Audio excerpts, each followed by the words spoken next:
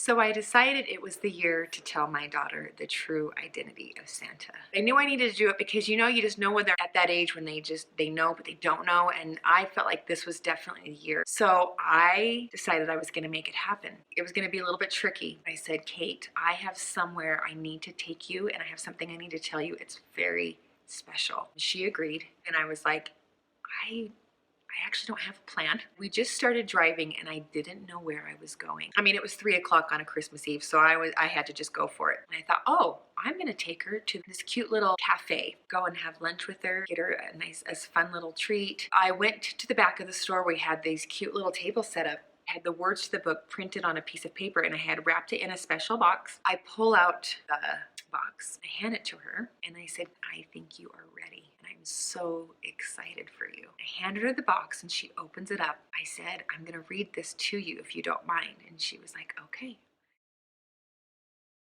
Somewhere on the playground, someone raised a great concern.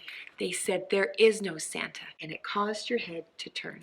So you've come to me and wonder, and I can tell it's heavy on your heart when you ask, is there really a Santa? My dear child, where do I start? Note to self, read the book a few times before you actually present it to your child, because if you cry, they'll cry. It's the world's most major mystery, bigger than any wrapped present with a bow. But rather than guess any more about Santa, it's time that you certainly know. Yes, I know the secret, and now I'm going to tell you true. So come close. Guess who? There's most certainly a Santa. It's me, and I continued to read the book, and the look on her face was much different than the look on my son's face. It was a little despondent, a little bit like not really excited about it. I'm not really not excited about it. I'm certain you expected someone else, but here's something you never knew. It's a great, huge honor to be a Santa, passed down to only the finest few like you. No, he's not some jolly man in red dropping presents from a sleigh. I've been your Santa all these years, but now you get to join me, and it starts today. I said, Kate, do you understand what this means? This means you are now officially a Santa. She was like, okay. I said, okay.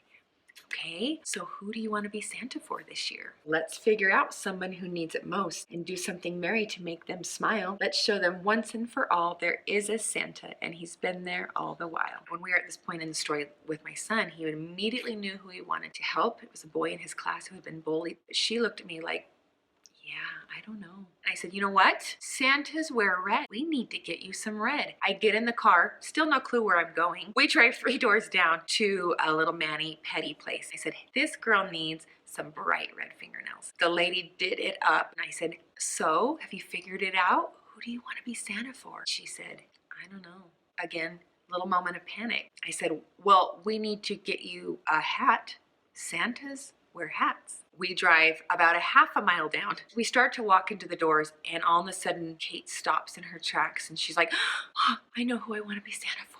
And then she told me, which I can't reveal because it's a secret. And her face lit up, and we both started crying. So let's keep the magical Christmas tradition of Santa Claus alive. Just prepare yourself. Read the book. Know exactly how you're going to handle the situation when the time comes. There may be some tears, but in the end, there'll be nothing but magic and joy. Happy and Merry Christmas.